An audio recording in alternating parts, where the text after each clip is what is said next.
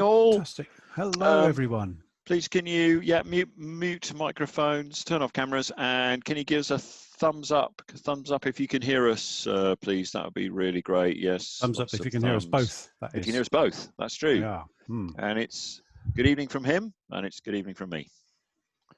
Okay, so we got thumbs up all the way up. Fantastic. Did we get? Oh God, I can't keep up. Yeah. We had thumbs up from everybody. Yes, we have.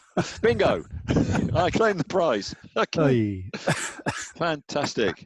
Good evening, everybody. Good to see you again, or good to welcome you again. Anyway, we've been looking at all the lovely pictures on the website on the virtual learning environment, and we're getting very excited. We've just been discussing. Very excited. Really great photos. So some stuff to share with you tonight. I mean, obviously you've had, first successes, really good. Congratulations on that, really nice. And, so this is the start now, actually getting some results and we're going to explore a little bit of the camera, and then we're going to start to really hone your skills in on being an effective camera trapper. So Fraser, do you want to lead us off? Yeah, certainly. Some thoughts? Yeah, well, I've gone through all the pictures that have been uploaded.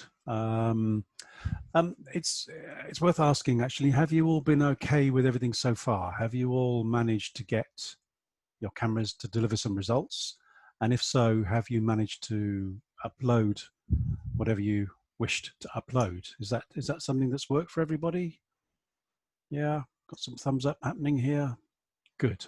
Okay, fantastic. So looking at the results we've had, quite a variety really. So I've made some notes on a few. I've replied to most of your postings with, in some cases, just with encouragement, other cases with a bit of advice. So to begin with on my list, Michaela. Hi there. Couple of really nice pictures of roe deer and a fox. I don't know what else you've had, but those are fantastic. Interesting with the roe deer shots to look at the difference in the lighting effects between the two. One of them is in presumably in fairly dense shade, or at least a canopy of trees overhead, which has made the camera operate in effectively nighttime mode, even though the pictures are taken in daylight. And that gives this kind of interesting sort of ethereal lighting, because you've got a combination of both the infrared and the natural daylight. It's kind of a sweet spot that you can't predict. Sometimes it happens, usually it doesn't. So yeah, a couple of nice roe deer and a fox, as I say. Who's next? Catherine. Yeah, really nice. Excuse me. Really nice to see the fox with the cat watching the fox. There's been some interesting studies into urban foxes and their relationship with cats, and studies relating to which is dominant and which is subordinate to the other. And I think it tends to vary. Foxes are often sort of the last to get a look in, but not always. And it seems in your case that the cat was just holding back, letting the fox go about its business. Robin. Nice picture of a hedgehog. Always good to see hedgehogs. Nice picture of a robin. I thought it was a really good idea to use the camera for a practical purpose. In your case, actually using the camera to determine whether hedgehogs were using your parents', I think it was your parents' shed, which they were planning on moving. So it's really nice to see cameras being used for a practical outcome. Yeah, I thought your cat looked very grumpy, incidentally. I know it was squeezing its way through a gap in the fence, but it didn't look very happy about it. So that made me laugh. And your dog and the cat, between them, he always looks grumpy. He always looks grumpy. Yes, okay. Your dog and cat between them managed to use up your batteries and your SD card space. So yeah, that's something to look out for. Mostly now we're using alkaline batteries because they're so much cheaper and slightly better for the environment than lithium batteries. But that obviously gives us a slightly shorter battery life. And of course, once the SD card is full, it's academic whether the battery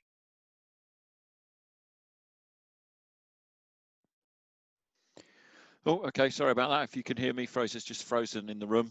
So we just wait for his internet to catch up. There we go. Back in the room. We missed a little bit of that, Fraser. Sorry, where did I leave? We were just talking about batteries. You were talking about lithium batteries and talking about the shorter life of the Duracell. The alkaline batteries are a little shorter in their lifespan. I was saying that, of course, once the SD card is full, whether the batteries are still going or not is academic. But yeah, it's just something to look out for if you have the potential for multiple triggers from, say, cats and dogs. What's your view on rechargeables, Fraser, for single batteries, for single? Oh, it's very, very difficult. I use rechargeables in mine, but I do so very carefully because the lithium batteries, which are available as rechargeables, are twice the voltage of the non-rechargeable ones. In fact, they're more than twice the voltage. So you have to do a few sums to work out how many lithium batteries to use. And you have to add in dummy batteries, which just make the connection rather than have any actual battery going on inside them. Oh, wow. So it's a bit more complicated, but it allows me to use rechargeables, but as long as I'm very, very careful. I certainly wouldn't use rechargeables if I'm running a big scheme, for example, because it's very easy to get confused between cameras and how many batteries and so on. And I think it's quite easy to blow up an expensive camera by using too many batteries. So I wouldn't want to do that.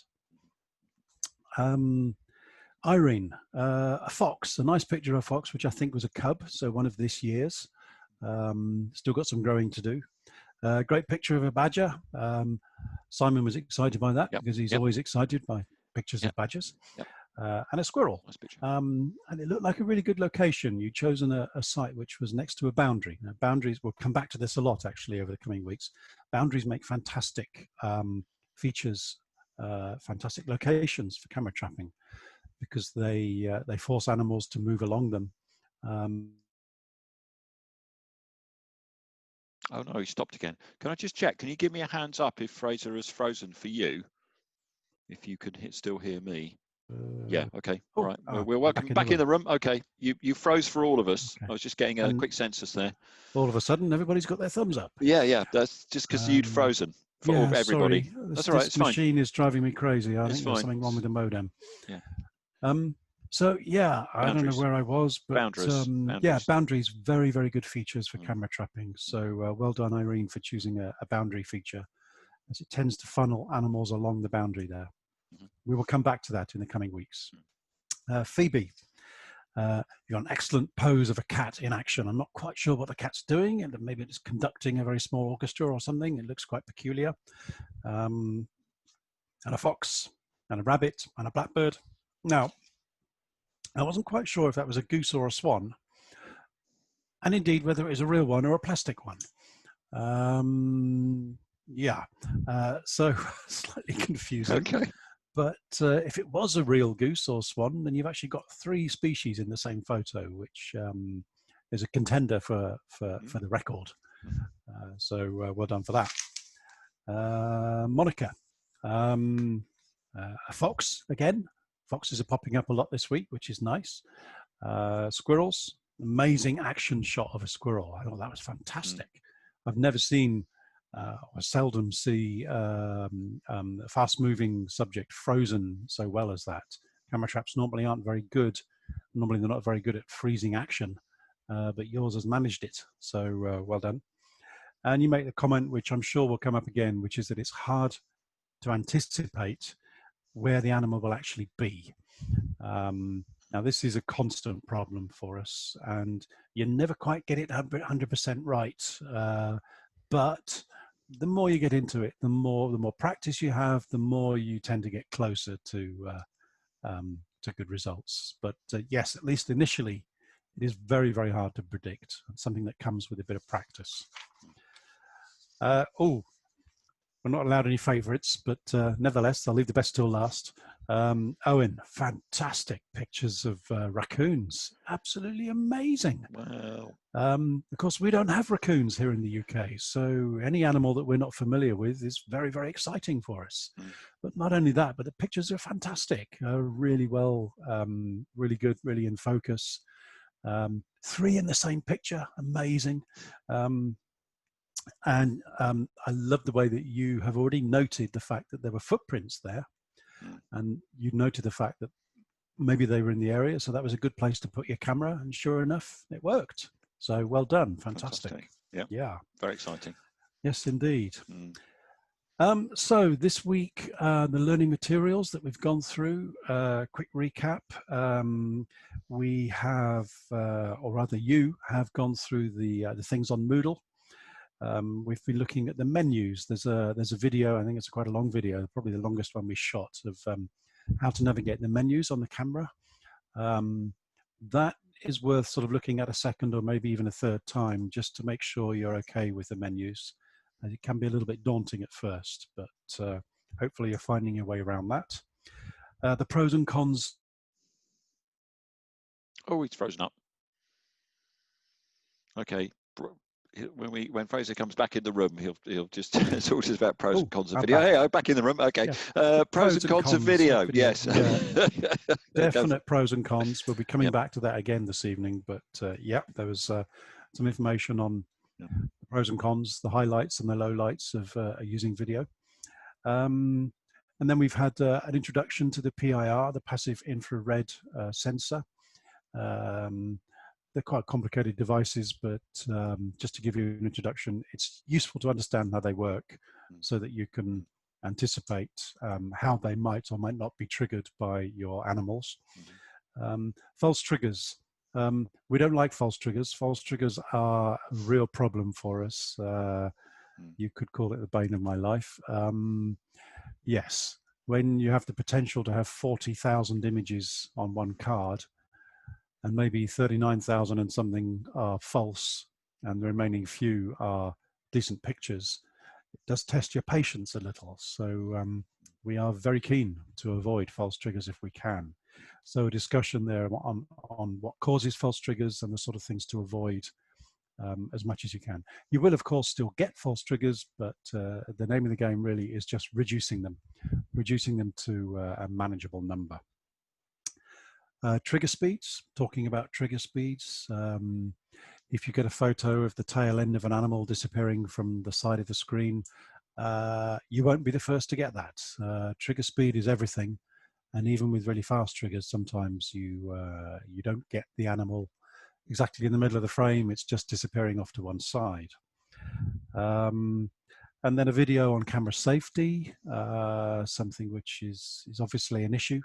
Camera safety relates to grazing animals, sheep and cattle, possibly ponies, horses, but also to people, passers-by, people interfering with the camera or worse. So yeah, a bit of a video about that. And then some information on the different ways of mounting the camera, initially using the strap and then using other methods as well. Now, by the time we speak to you next week, hopefully you will have received one of these in the post. These are the little brackets that we use. So we'll be mailing those out in the coming days.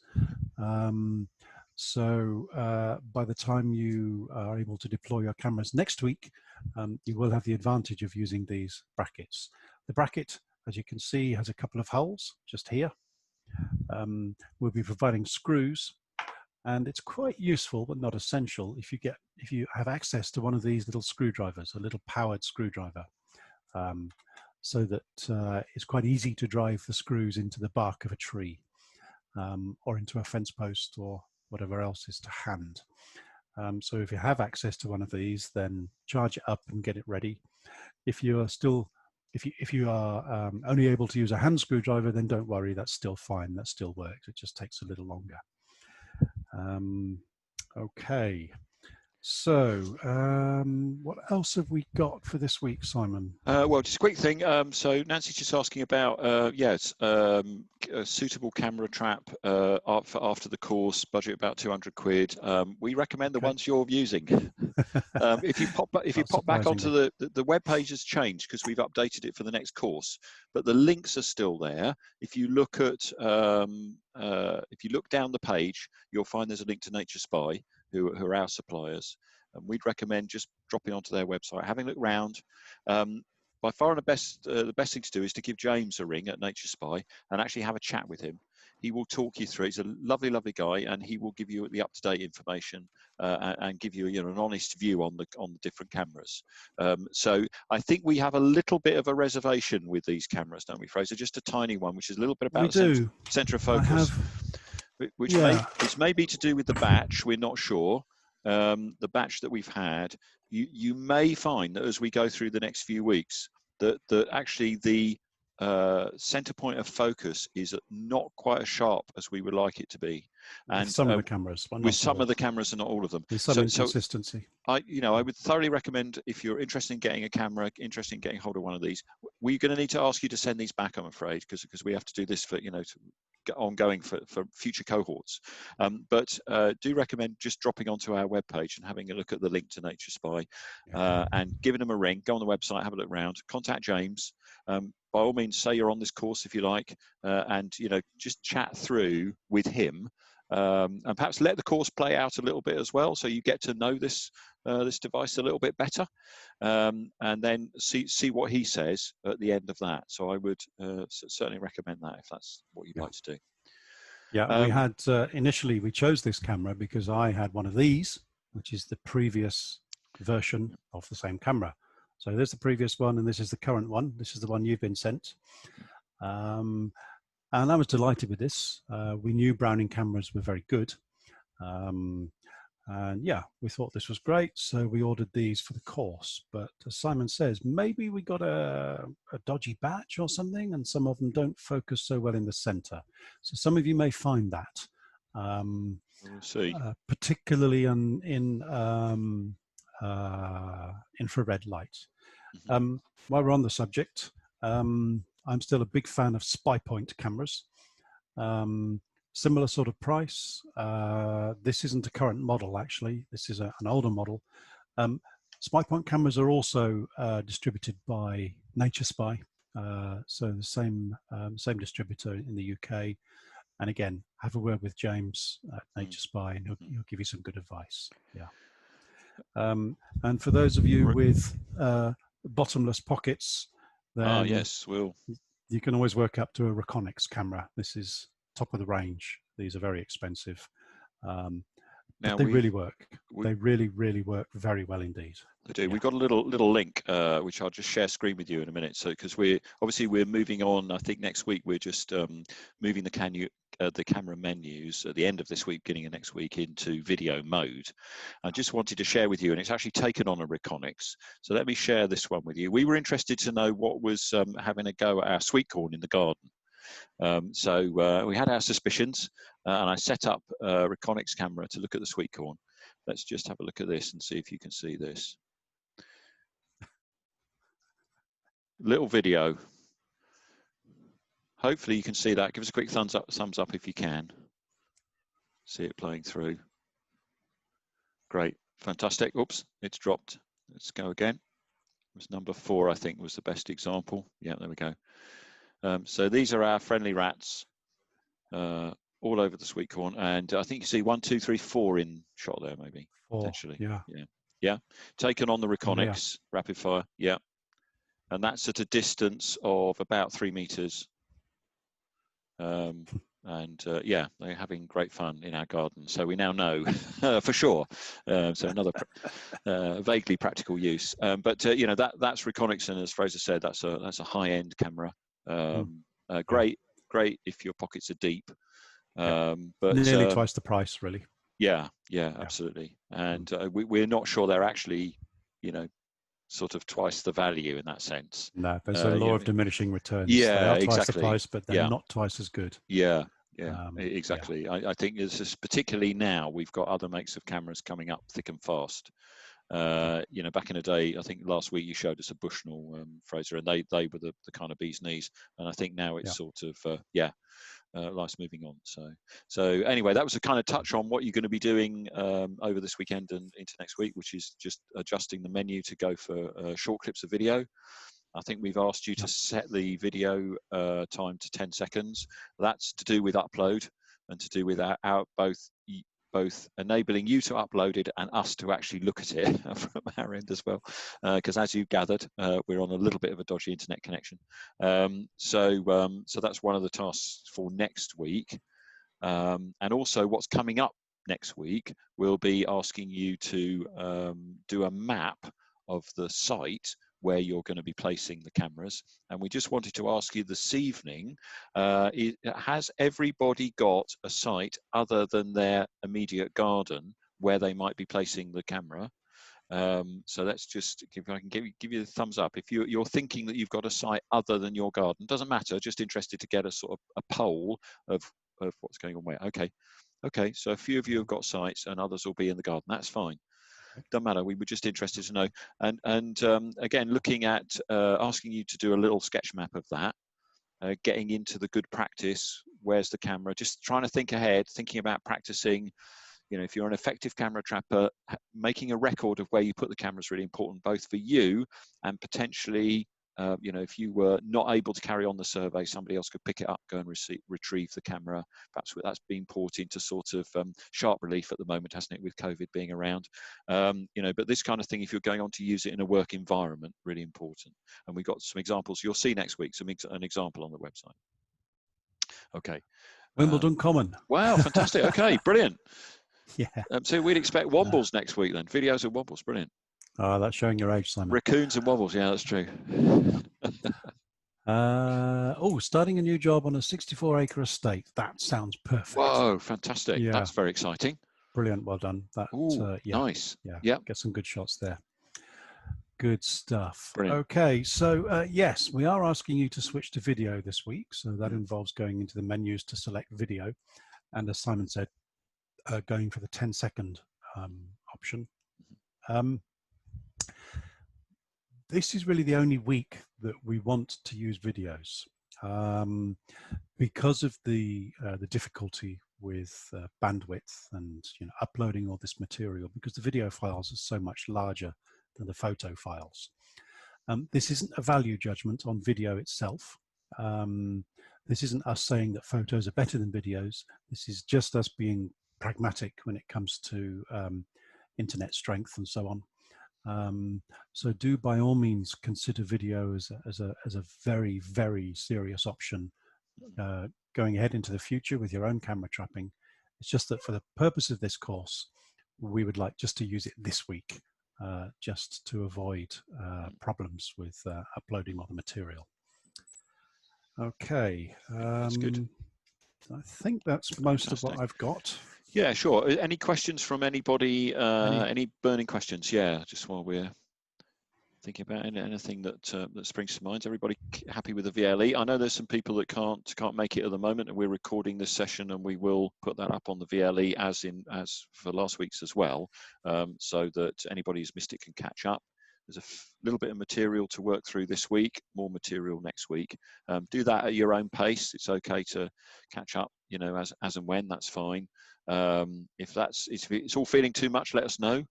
Got an email address, and it says at the top, you can just put ECT in the subject line, and that will come through to us. But I'm sure it'll be fine. It's very exciting to have you, Owen, representing a different continent. Fraser and I were talking about collecting continents through this. We've only got 5 to go. yeah, through this camera trapping course. So it's great. So and we obviously hope that you have managed to source your own mount.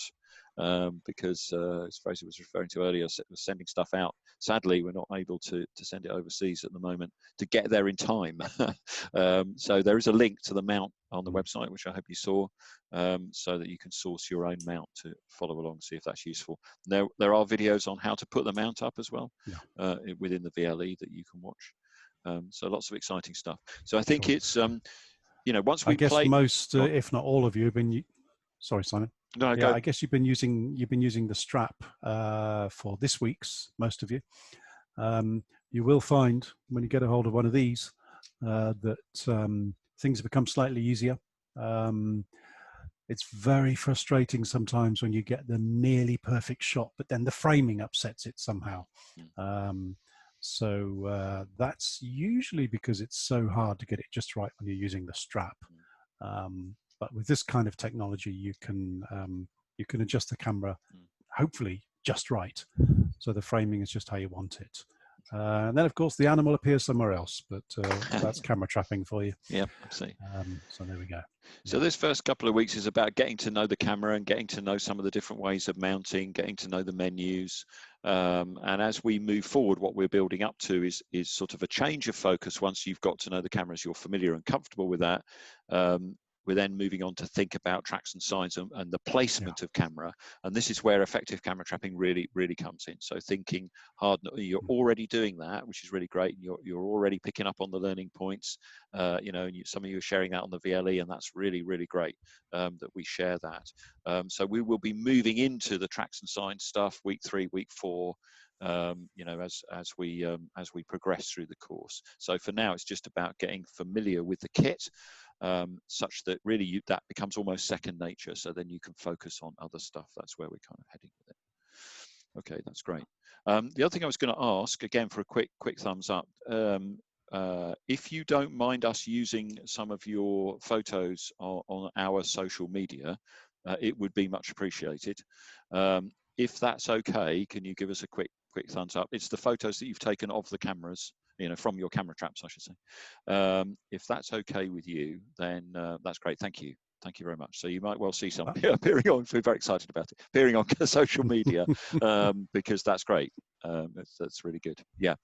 Thank you very much indeed. Much appreciated. Brilliant stuff.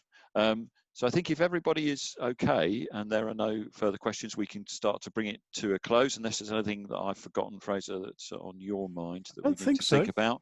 I think we're really good. I don't think so. Yeah, I think there'll probably be more of us next week. Yep. I know there are some people away at the moment, but that's fine. As Simon has said, we are going to start to look at field signs next week. Yeah. So this is where the mapping exercise comes in, where you're mapping, in effect, you're mapping the results of that field survey exercise, so that you can begin to identify what makes a good spot for camera trapping and what doesn't. So yeah, that really starts to kick in next week with a bit of stuff on the Moodle environment. Yeah. And follow up the following week with yet more of that hopefully from our outside broadcast, which will be very exciting. Oh yes, absolutely, yes. Yeah, that's things to come. Yes, things to come. Yes, hopefully show you some action tracks and signs live. We're also, in the meantime, trying to take our own camera trapping images from our own sites here in Devon. So I don't know if I'll be able to beat a video of some rats on some sweet corn, but I'll do my best. Excellent. So yeah, we'll see what we can show you from our own sites next week. Setting the bar high. But not setting it quite so high as a bunch of raccoons. Okay. Yeah. No, that's true. That's a high bar. Yes. Brilliant. Okay. So carry on, team.